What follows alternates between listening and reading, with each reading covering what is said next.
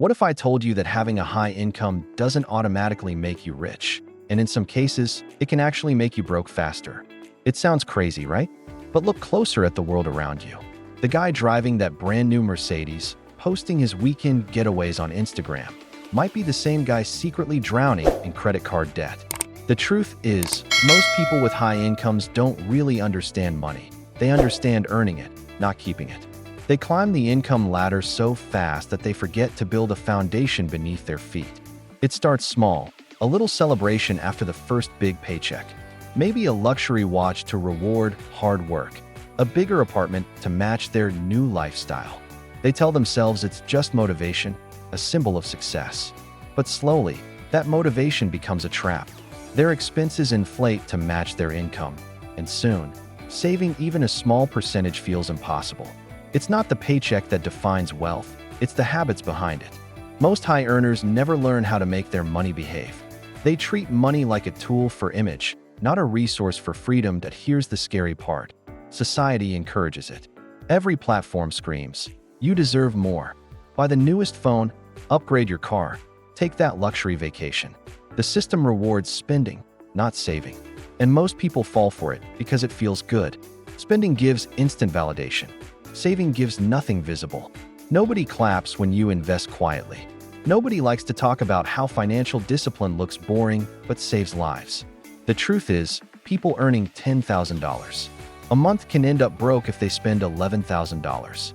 And people earning $3,000 can end up rich if they spend $2,000.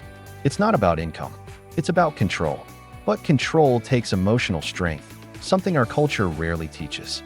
Most people are financially emotional. They buy to feel better, to feel equal, to feel successful. They confuse looking rich with being rich. That it's easy to see why. Many grew up believing that a higher income equals security. But the reality? It's not income that builds wealth. It's margin. The space between what you earn and what you keep. Without that margin, everything collapses. That's why so many doctors, lawyers, and executives, people making six figures, feel constant stress about money. They live in expensive neighborhoods surrounded by people doing the same thing, and every choice becomes a comparison game. When your neighbor upgrades, you feel pressure to do it too. It's silent competition disguised as standard of living. Before long, they're trapped in a cycle, working harder just to sustain the lifestyle they created to prove they were successful. It's like running on a treadmill that keeps speeding up. They earn more, but peace never arrives. The secret no one talks about? Real wealth hides in invisibility. The quiet saver, the investor who lives below his means, the one who buys time instead of stuff. Those are the people truly free. Because freedom isn't driving a luxury car. It's not having to drive anywhere if you don't want to. Most high-income individuals never reach that point because their identity is tied to how much they spend. They fear slowing down, downsizing, saying no. But money doesn't reward appearances. It rewards discipline. Some of the richest people in the world live unrecognizable lives on purpose. They don't chase the spotlight because their goal isn't attention, it's independence. They measure success in options, not objects. That here's what's really crazy. Many high-income earners actually sabotage their own potential wealth without realizing it. They avoid learning about investing because it feels boring. They rely on financial advisors without understanding what's happening to their own money. They make emotional decisions, like upgrading homes or cars, thinking it'll make life easier. But every upgrade adds pressure. A bigger house means bigger bills. A fancy car means expensive insurance and maintenance. They mistake comfort for success, until one day, that comfort collapses under its own weight. That if you strip it all down, going broke with a high income isn't a money problem. It's a mindset problem. It's the refusal to accept that income is temporary, but habits are permanent.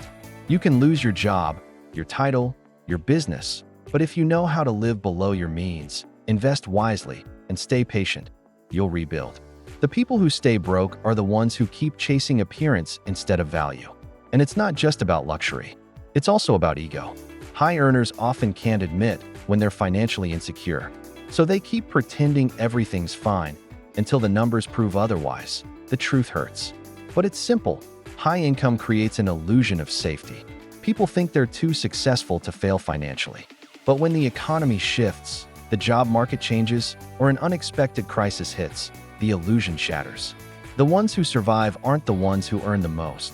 They're the ones who managed it best. In the end, being broke while earning a lot isn't bad luck.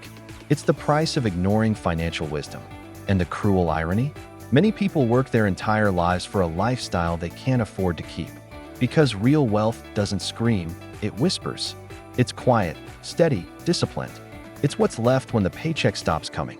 And maybe that's the biggest secret of all. Most people don't go broke because they didn't earn enough. They go broke because they never learned how to stop acting rich long enough to become truly wealthy.